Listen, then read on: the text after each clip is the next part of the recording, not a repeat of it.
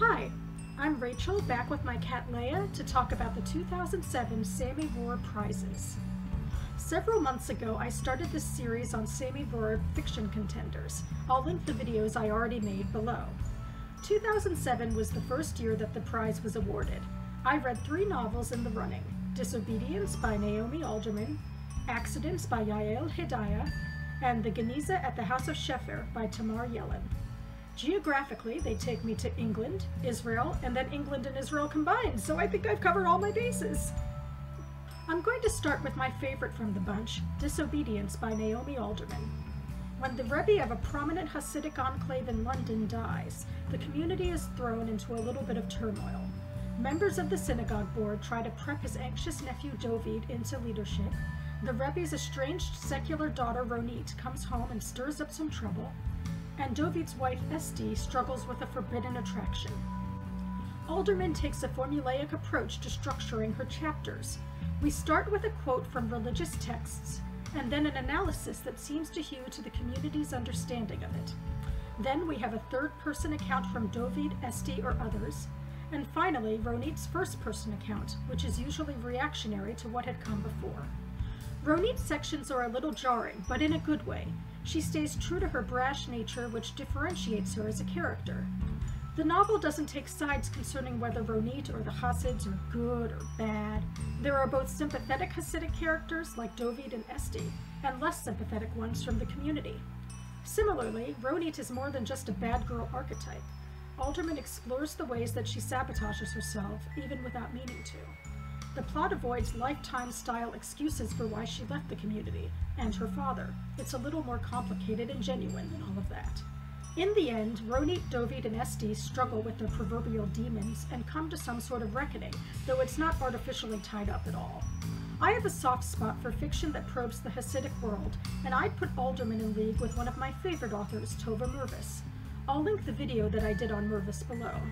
Both Alderman and Mervis, it should be said, grew up in Orthodox Jewish communities. Next, I'll talk about Accidents by Yael Hedaya. I hope I'm not mangling her last name too much. I'm not a Hebrew speaker, and I read the English version of this book as translated by Jessica Cohen.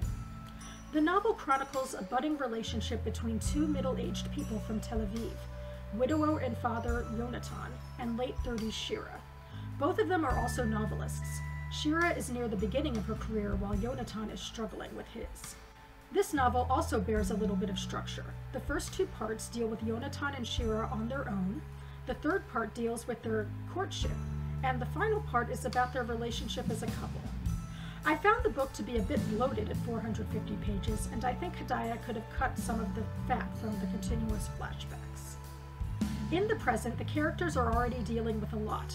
Yonatan with his career and fatherhood, Shira with a parent who is dying, and Yonatan's preteen daughter Dana with navigating cliques and age-appropriate angst. That's not to be dismissive of these character issues. Hedaya is perhaps best known in Israel for being a writer on the TV show Be'Tipul. It was adapted in the US into the HBO program In Treatment. I'll leave a link to a blog post I wrote about the program below. For all of my whining about the bloated flashbacks, they did provide pictures of nuanced human beings navigating their lives.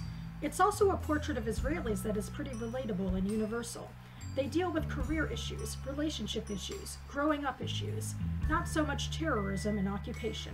As an American Jew, I'm always struck with the normalization of Judaism in Israel. How it's natural to wish passerbys Happy New Year on Rosh Hashanah, the way people here wish each other Merry Christmas. It's interesting how the culture and religion aren't central to this story, but are central to the Jewish state, the way that they can't be elsewhere. The final book I want to talk about is the Sami Rohr winner, The Ganesa at the House of Shefer by Tamar Yellen.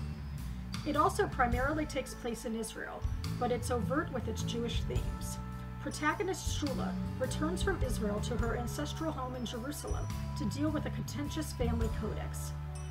The Codex is a specific manuscript of the Bible with small differentiations from other manuscripts. Scholarly and religious contention ensue over whether it's the true rendition. This is based on actual events from Yellen's real family history. The story dips back into the past when Shula's great-grandfather makes Aliyah to Jerusalem in the 19th century. He briefly disappears to track the 10 lost tribes of Israel, inhabitants of ancient Israel who were exiled and disappeared under the Assyrians. The great-grandfather returns with a mythical tale and said codex. The novel jumps between present-day contentions and an accounting of the past, tracking Shula's grandfather, father, and her brother and herself, plus a couple of other various relatives. Shula is certainly the most developed of the lot. Like Yellen, she's a biblical scholar who thinks a lot about the dichotomy between being a British Jew with ancestral ties to Jerusalem. But overall, this story is more interested in themes than characters. I didn't enjoy it as much as I enjoyed Yellen's short story collection, Tales of the 10 Lost Tribes. Short stories lend themselves better to this sort of lyricism, in my humble opinion. But I can't deny a certain fascination with these subject matters. I love tracking the Sheffer family through Israel in the 20th century. And I'm intrigued about how folklores and text study inform a communal sense of Jewish religious identity. If you're interested in this style of Jewish metafiction, this might be the book for you. You can find links to my book reviews and other pertinent information below.